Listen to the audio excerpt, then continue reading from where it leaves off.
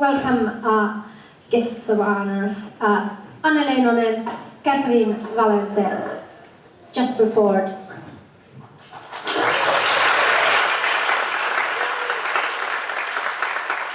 Welcome to Finncon 2016.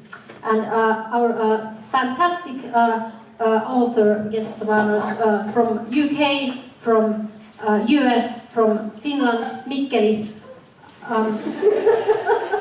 Mikkeli, very nice. For UK, from Wales. Wales. Yes, that is maybe a discussion for another time. How are you today? Good. How are you all today? Good. Your microphone is working, and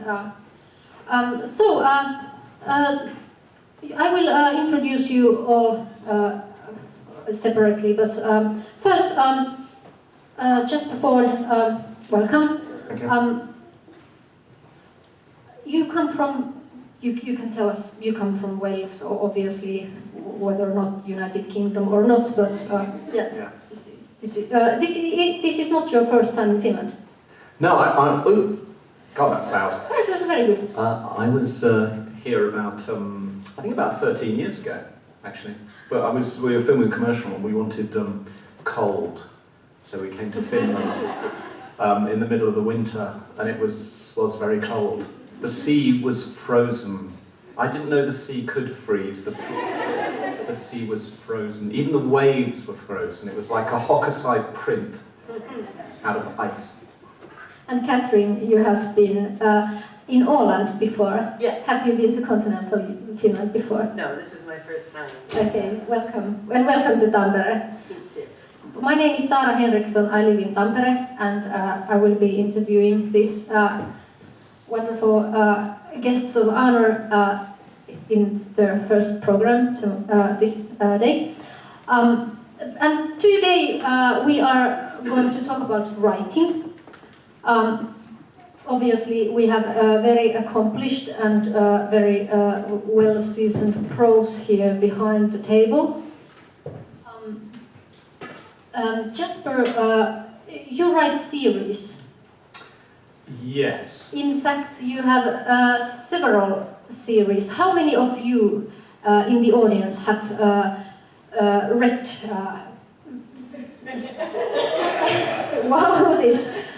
books by Jasper Fforde? What are the advantages and disadvantages of writing a serial format? Right. Well, I always start writing standalones. So I write a book and I think it would be great fun, and it's a very amusing sort of strange world. But in that sort of world-building process, there are all sorts of questions that need to be answered. So I find myself starting off with standalones and ending up with series. Series are great. Writing sequels is wonderful because everything's already in place and you don't have to invent anything new. Having said that, of course, writing standalone books is, again, very exciting because you're world building and designing all these new, exciting forms of drama, which is why fantasy is, of course, the best genre of all, because you can just change things ever so slightly and create, a dazzling new array of dramatic possibilities. So I like doing both. Although having so many series is very annoying because everybody wants the next in their favourite series. Yes, there are some limitations. Yeah. Also, what you can do with a series. Yeah. But then just start another series. Catherynne Valente, your series, the Fairyland series, sixth book will be out. The fifth book came out in March. The fifth book came out in March, yes. It grew out of a mention in the adult book, Palimpsest, where the character in this book describes her favorite storybook when she was a child, actually. So you have written both for grown-ups and for children. How does your writing for children differ from your writing to adult audience? I think that depends on who you ask. You know, the first children's piece I ever wrote was a short story for an anthology called Troll's Eye View, which is Ellen Datlow and Terry Windley, and it was a collection of fairy tales told from the point of view of the villain. And I'd never written for younger readers before, but I accepted the challenge and I wrote this story about the witch from Hansel and Gretel. When I finished it, I thought, I have failed at writing for young people. This is so incredibly dark. It's got parent-on-child cannibalism. It is incredibly upsetting. Like, to me, as an adult person, there's no way they're going to accept it for the anthology. And I turned it in and waited, and I got my notes back, and they said, oh, it's great. We just need you to go through your sentences and remove the sub-clauses so everything's a single-clause sentence. So that's what I learned about writing for children. Cannibalism, yes. Sub-clauses, no. Sound advice. So I simplify my sentence structure. I try to use interesting vocabulary. You know, the only real pushback Fairyland's ever gotten was that people kept saying it was too smart for kids, and they would say that while their kid was standing right there. Like, they can hear you. But I don't believe in talking down to children, and you can define words in context, and it's where kids learn new words. So though I still use an elevated vocabulary, I don't use the kind of sprawling vocabulary I would with an adult book. And a lot less sex. Other than that, a lot less sex, yes, but I still find your Fairyland books are still very lush and very ornate and very rich in language anyway, so it is not in any way written down to children. So. Leinonen, you have also written for adults and for young adult audiences also, but you are also active in fandom. And I would like to ask, for a writer, what do you feel are the advantages or disadvantages in participating in fandom? Of course, it takes time if you are volunteering, making cons and being active in associations, but you always meet people, fresh new people who have new ideas. We are talking about writing. You are able to talk about your own writing, share ideas, get some critics, maybe learn new methods of how to write. So I think I'm getting more of it than I'm losing my time. In a small country, of course, you get support and... Yes, and you know almost everybody. Of course, it can be a disadvantage if people are so shy that they are not telling the truth about your horrible stories. That in fact your writing is utterly crap, but I'm still saying that, okay, it was very nice. But you must be honest and tell strictly that if somebody's stories are not as they should be, in a sense of quality. Why do you, panelists, why do you write speculative fiction, science fiction or fantasy or weird fiction? Anne Leinonen, maybe you can start. As a child I was very lonely. I lived nearby a forest, and after I came to school I ate my meal and I went out to walk in the forest or to ski in the forest, really in the dark. Only the stars were in the sky, and I was inventing stories. I had many imaginary friends.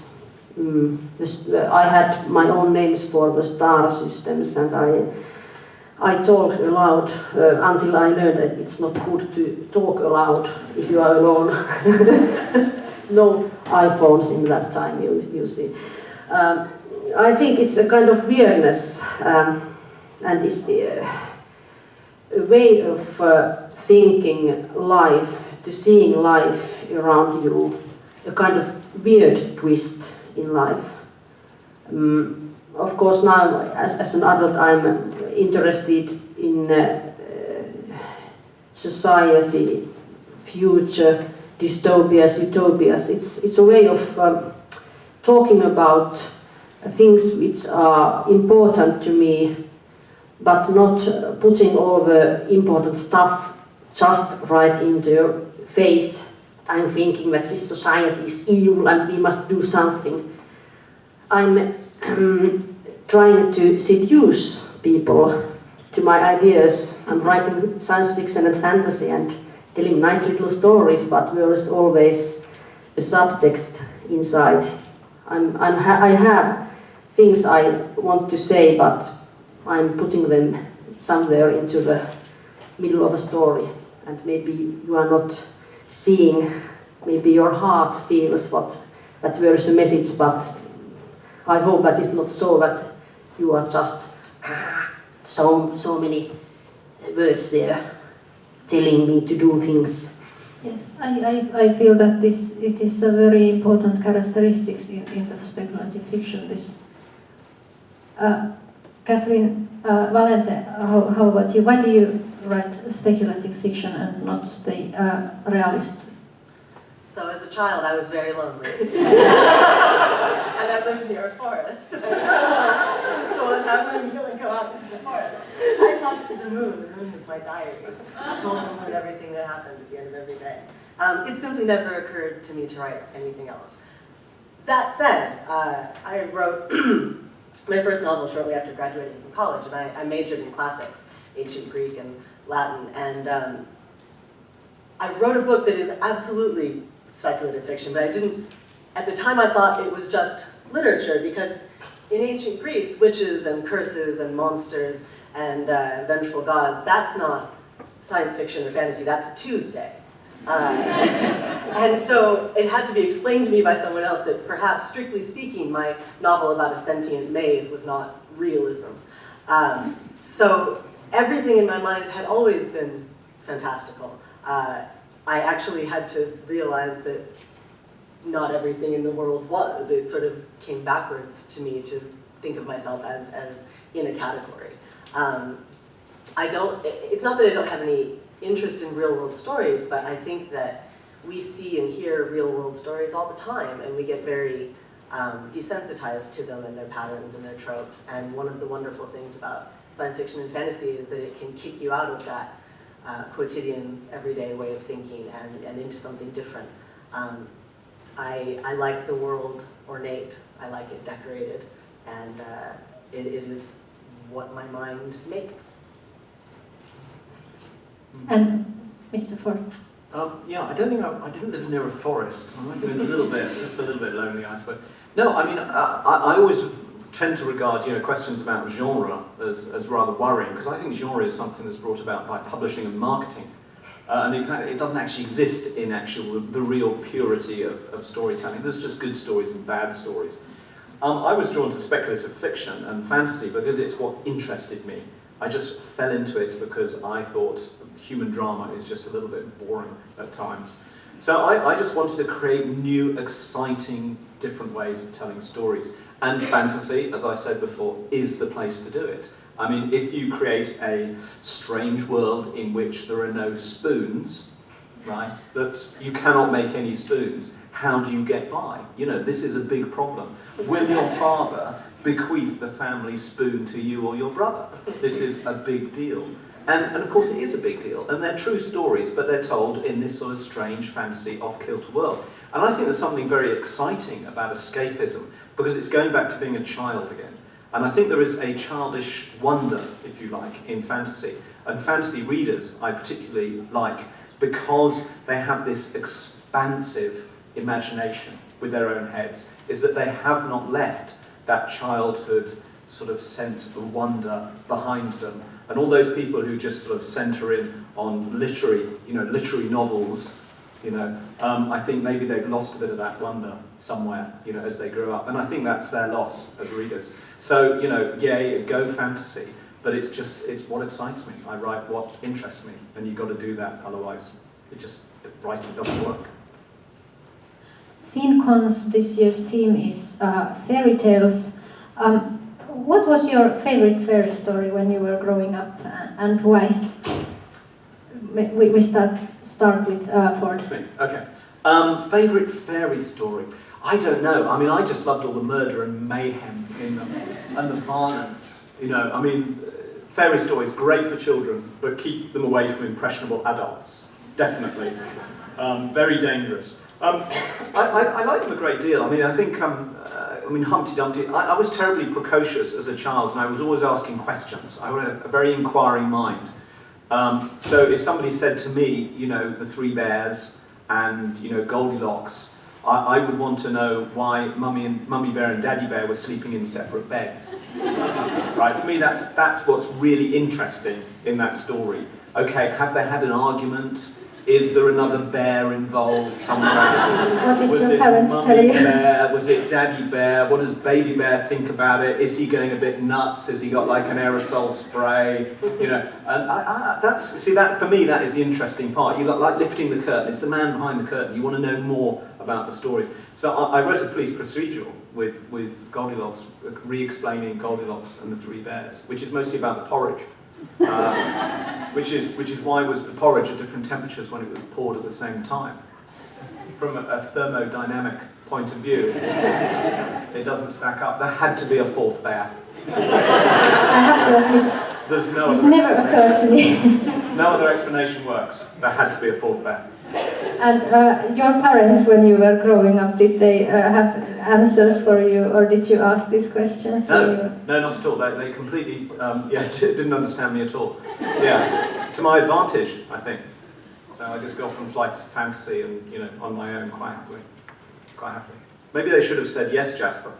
And then I would not be an author, I'd be a normal person. Like parents usually tell their children, like, oh, that, I don't know, why do you ask this? Go away. Catherynne, what was your favorite fairy story growing up? I mean, look at me, it was Snow White. I took fairy tales very seriously as a child, and Snow White seemed to be a story about my life. My mother left us when I was very, very small. I was raised by a wicked stepmother. I look exactly like my mother. My stepmother is blonde and blue-eyed, and she didn't like me very much, and it just seemed to be reality. Again, it was realism to me. And I was fascinated by all of these stories of young girls going off to live by themselves in the forest. Those were my favorites. And Snow White is, of course, full of all kinds of alchemical magic and you know, the mirrors and the apples and all of these symbols. And then, you know, I thought about this. I was so small when I was thinking about these things, but I felt like I alone understood why Snow White let her stepmother in, because I too wanted my stepmother to love me and would have let her in knowing that the apples were poisoned. And so I thought of them with such seriousness. They were my friends, and though Snow White's my favorite, they still are my friends, all of them. Yeah, and Snow White finds terrific friends in the first, the dwarfs and the animals in the forest, even more than a lot of the other ones. The prince is really an afterthought. Like there is a prince in the story. So? Like it's so on the edges of the story, and it just is kind of shoehorned in at the end to fit the genre. But it's really not a part of it. Like her major relationships are with animals and dwarves in the forest. Yeah, that when I have a daughter, and when she was very small, like 3 years old, and she saw the Walt Disney the film adaptation, and when the prince finally comes into the picture and saves the Snow White, she thought immediately that the person riding the horse was her father. Of course, he was the father, so because there was no father in the film before, so it's never struck me as that, but that's how she interpreted it. But it seems she knew the old version of the story, because in many versions it was the father who rescued Snow White. Yeah, that could be. They are quite ugly ones, the old versions of the fairy tales. What was your favorite story? I read very much fairy tales and all the normal international ones, but my favorite ones were in the book of Rauroine, Satuja. Do you know that book? There is very beautiful illustrations of Maija Karma, and I saw some illustration of Maija Karma there in the hall.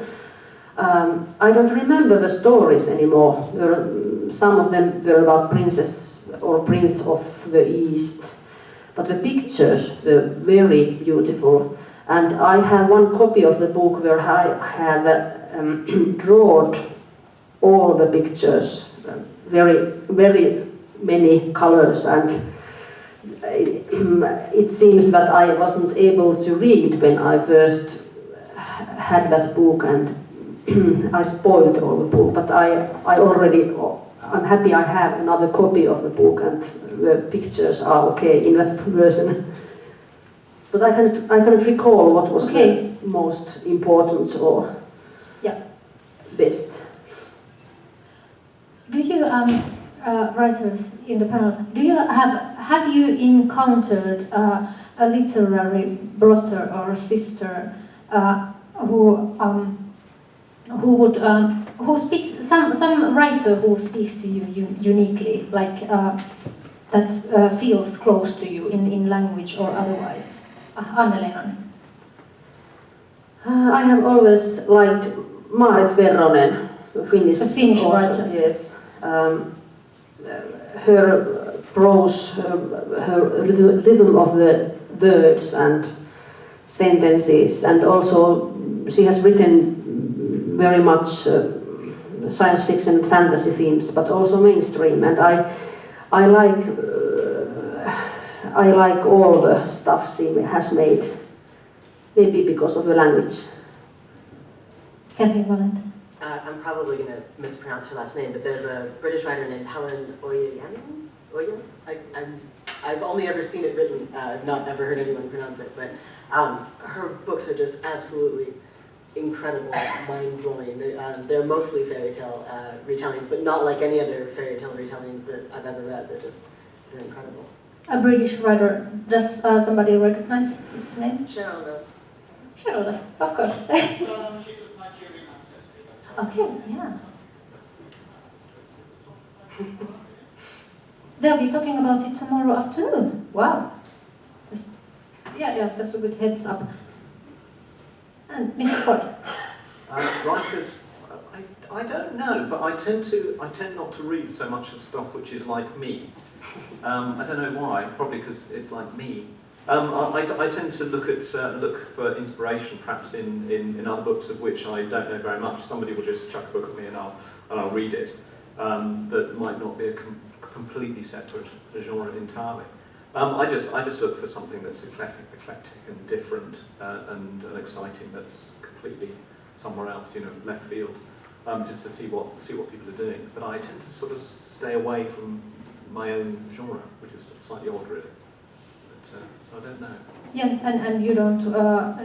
You want to maybe in some part of the processing the new work is where you have to disconnect yourself from I think so. what others are doing. You either worry about copying or worry about not copying. So it's a strange one, because I've been writing something and then suddenly I'm reading something else and it's kind of similar, and then I feel, well, I should do something different. But then I think, well, why should I? Because I wasn't copying, and it all goes a bit wrong. So I tend to just stay away from it and read and watch other stuff. Yeah. What is the most important lesson you have learned as a writer? Oh, most important question. Most important lesson, but most important question is also. Yeah. I would not have thought of that, but. Oh, lesson. I think the most important lesson I've learned, perhaps, about writing is actually, do you know there's one answer which answers all questions you could possibly have as an author, right? There's one answer which fits everyone, and the answer is write better books. I want to have more readership, write better books. I want to increase my sales, write better books. I want to feel better in myself, write better books. I want to make more money, write better books. So I think the lesson of writing is never let up on yourself. always you want to go and you want to write the best book you possibly can, that you can at that moment in time. And always strive to do something new, something interesting, something exciting. Never be bored, always absolutely give 110% to what you're doing. Because if you don't, people will notice very, very quickly. And you can see this in some authors who are not present here, but some authors, you read their first couple of books and you go, yay, great. And then it starts tailing off and you go, they're not really trying anymore. You know, it's a business where you have to keep on trying and give your 100%. Madam. Stay hydrated. I mean, I completely agree with what Jasper said, and I think that you're right, it sort of says it all, so I'll take a different tack. I think in a process sense, I became a much, much better writer when I started reading my work aloud. All of it. I not only turned in a much cleaner copy edit than I would have otherwise, but you really learn what's working and what doesn't, and to another person, I think is probably key here. Because if they're drifting and not really engaged with what you're writing, then it's probably not working. If you, while reading it, aren't even particularly engaged and kind of getting bored, then you need to fix that. And you can really gauge where the emotional beats are falling and what needs work. And I think it's really an incredibly useful task. Can you say, I believe we are living very, very visual times, and people are reading, of course, from the printed books, but also from the screen. And I feel, do you see a shift in writing in general, that the oral, the oratory lection of the prose or the literature, it's not so common anymore. What you hear or what you read. I mean, I think audiobooks are a huge market. They're actually, you know, one of the fields in publishing that is growing year by year by year, and I think people are actually listening to books more than they ever have on their commutes and at their cubicles and things like that. So I do think people are listening to books, and people still go to readings. But I mean, writing and reading have always been oral throughout, you know, the history of humanity, and even if nobody else ever hears the words on the page, you hearing them while you're crafting them makes them better words. You know, dialogue is meant to be spoken, even if the reader just reads it in their own head, they will hear it in their head. So I think that they're inextricably linked. That's very, very, very good advice, and very important thing, even when composing prose. Leinonen, what about you? What is the most important lesson you have learned as a writer? Never reach your star. You must have a star. You can crawl, you can run or go in the stairs, or you can run or fly or whatever towards the star, but if you reach it, you lose the interest of writing. So if you are nearby catching your star, for example a prize or book or readers or whatever famous glory, you must have another star, whatever is it. You can. I have my own stars I'm reaching for, and I'm afraid of a day if I ever catch them. Is it a secret? Are you supposed to tell anyone what is it that you are aspiring for? Do you think this is a personal question? But have you said aloud these? I think yes, some of them I have said aloud, but I think there are many things I'm not myself knowing which are the stars, because they can be hidden stars. Okay. What about you? Do you set goals, or do you fix on some star? And is it something that you talk about, or just keep it to yourselves? No, I mean, again, it's like write better books, I think. No, I mean, I don't think I'm searching for a goal. I mean, I think from a very, very early age, I always knew I had to be involved in story. I didn't know I was going to be an author until quite late in my life. But I worked in the film industry for 20 years, always loved movies, stories, books, everything. I think really it's like within me, and I can't really do anything else. Even when I wasn't a writer, I was kind of a writer, because I was trying to put little sort of sentences together and make up little ditties or find nice ways of saying things or nice ways of expressing myself. So I was always a writer, and I think I always will be a writer or a storyteller.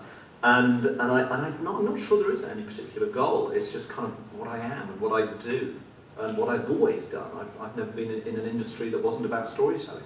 I don't know anything else, to be honest. So I don't think there's any goal. Or if there is, I haven't discovered it yet. There might be. Who knows? Madam, do you have a star? I mean, it's to write better books, because the rest of it I have so little control over. And you're so right about Hidden Stars. A few weeks ago I was reviewed in the New Yorker, which is a star I never dared to do. It's very nice. It was, I mean, I've idolized the New Yorker since I was a young girl, and it was a huge deal for me, but it's not like that was a goal I had ever been working toward. I had never imagined such a thing was possible or would ever happen to me. So all I have control over is how good the book is. But I do have kind of a funny ritual that I make my students do now, which came from, there's a writer named Carrie Vaughn, some of you may have read. And we were at a writer's workshop together. And we were doing the late at night, after dinner, drinking and complaining about our careers thing.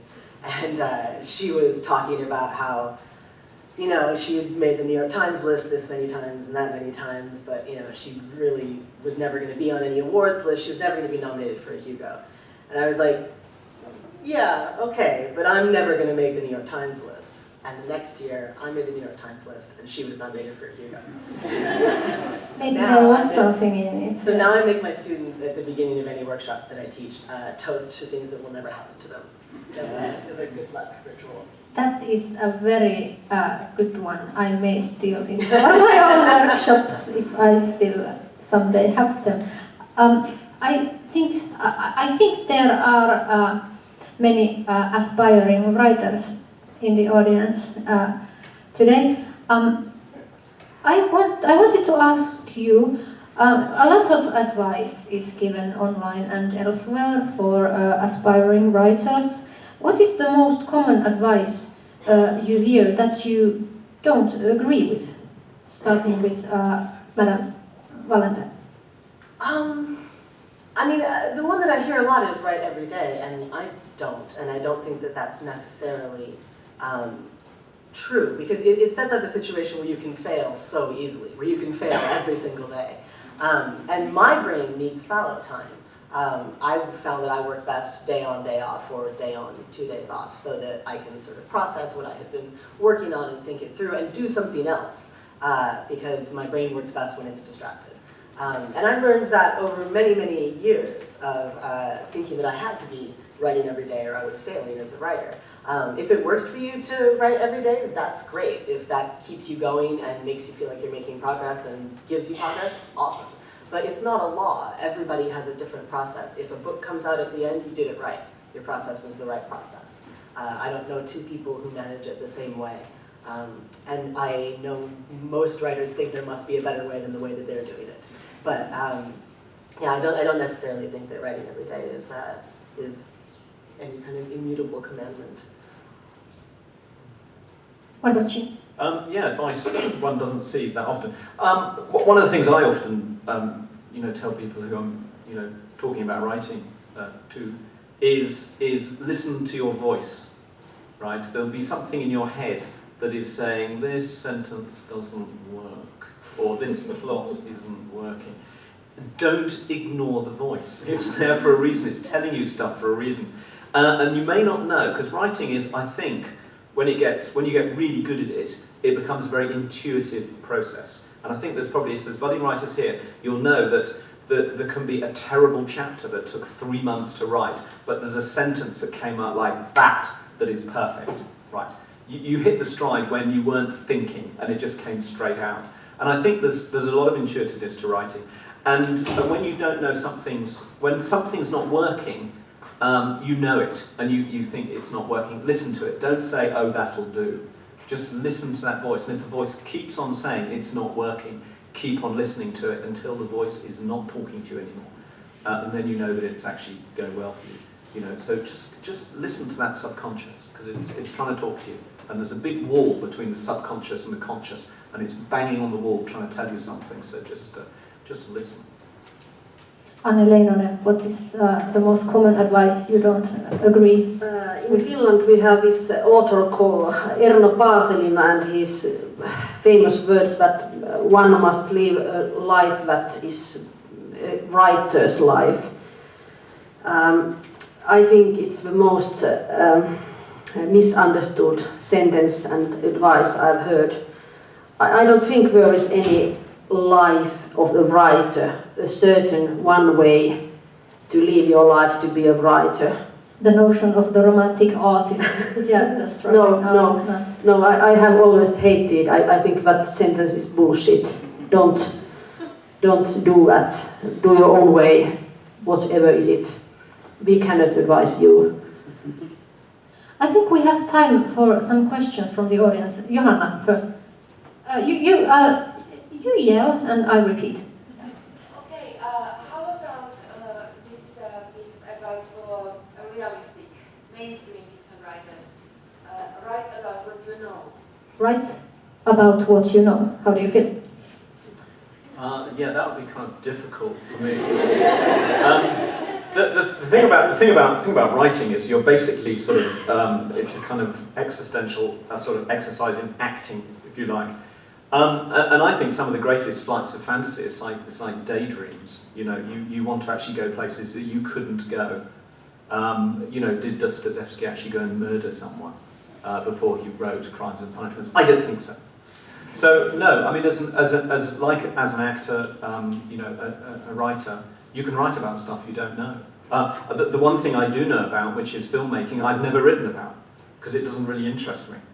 You know, because I know about it. So I would say, no, you don't need to write about what you know at all. In fact, I would say, write about what you don't know, but know a little bit to make it seem as though you do. Gentleman, over there.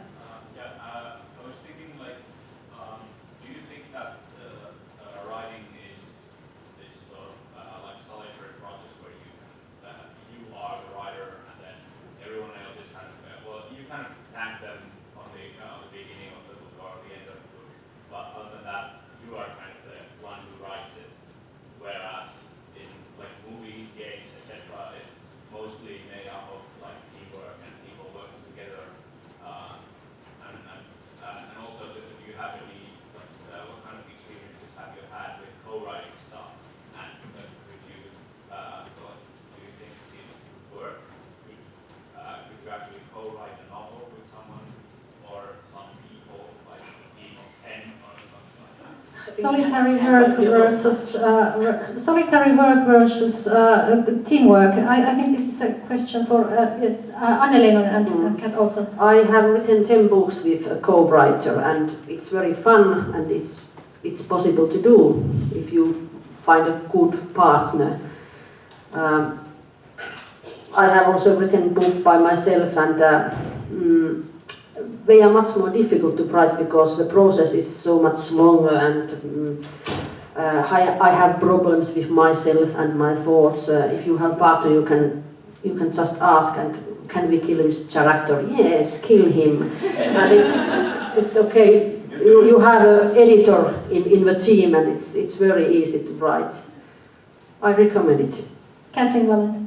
I think 10 might be a lot, but I do think it is somewhat solitary, but the editing process is very collaborative. I mean, depending on your editor, some editors are more hands-on than others. And I mean, most people I know have beta readers, and I certainly do.